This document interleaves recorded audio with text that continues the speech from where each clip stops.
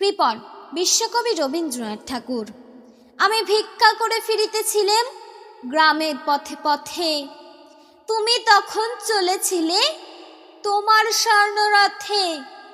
অপূর্ব এক স্বপ্ন সম লাগতেছিল চক্ষে মম।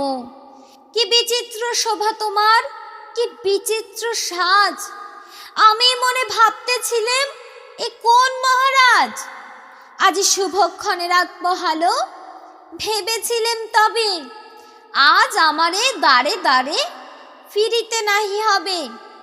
বাহির হতে নাহি হতে কাহার দেখা পেলেম পথে। চলিতে রথ ধনধান্য ছড়াবে দুধারে। মুঠা মুঠা কুড়িয়ে নেব নেব ভারে ভারে। দেখি সহসা রথ থেমে গেল আমার কাছে এসে। আমার মুখ পানে চেয়ে নামলে তুমি হেসে।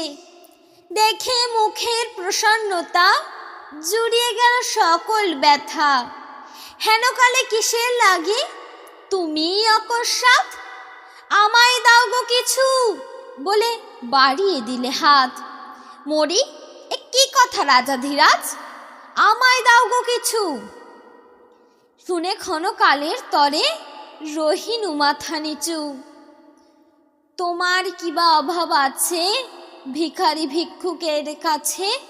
এ কেবল কৌতুকের বসে আমারে প্রবঞ্চনা। ঝুলি হাতে দিলেম তুলে একটি ছোট কণা।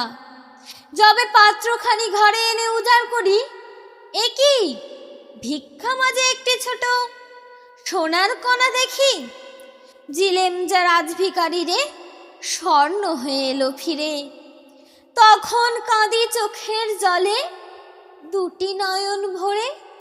তোমায় কেন দিইনি আমার সকল শূন্য করে।